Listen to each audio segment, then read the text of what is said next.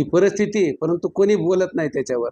म्हणून हे प्रश्न सुद्धा मूलभूत प्रश्नामध्ये हा सुद्धा मोठा. जगायचं साधन म्हणजे नोकरी असून सुद्धा आपली जागा भरली जात नाही, त्याला कोणीतरी सांगितलं पाहिजे. म्हणून याही उद्देशानं आपलं त्या ठिकाणी आपण मुलांना नोकऱ्या देण्याचा प्रश्न कायमस्वरूपी मिटवला पाहिजे. पाण्याचं आवर्तन असू द्या, आवर्तनामध्ये सुद्धा दिरंगाई करणं म्हणजेच लोकांची पिकं जळणं आहे. आणि मग आपण प्लॅनिंग करत नाही, इतके वर्ष आपण काम करतो त्याच्यामध्ये. जर तुम्हाला कोणत्या टायमाला पिकं दिली पाहिजे ना आवर्ताना परे, नुसतं आपण राजकारणात सांगून चालणार नाही.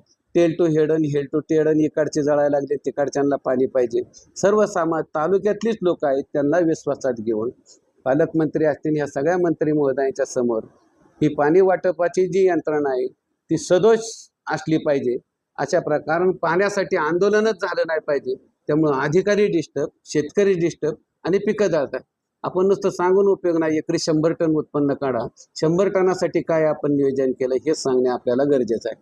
अशासाठी मी या निवडणुकीमध्ये आणि बाकीचं शिरूरची आपली एवढी शिरूर शहर आहे, नगरपालिका झालेली आहे, त्याच्यामध्ये असणाऱ्या अनेक गरजा लोकांच्या खऱ्या अर्थानं आजही अपुऱ्या आहेत, त्याही पूर्ण करण्याच्या दृष्टीनं प्रयत्न केला पाहिजे. शहर आपलं आहे असं अजून कोणीच समजत नाही.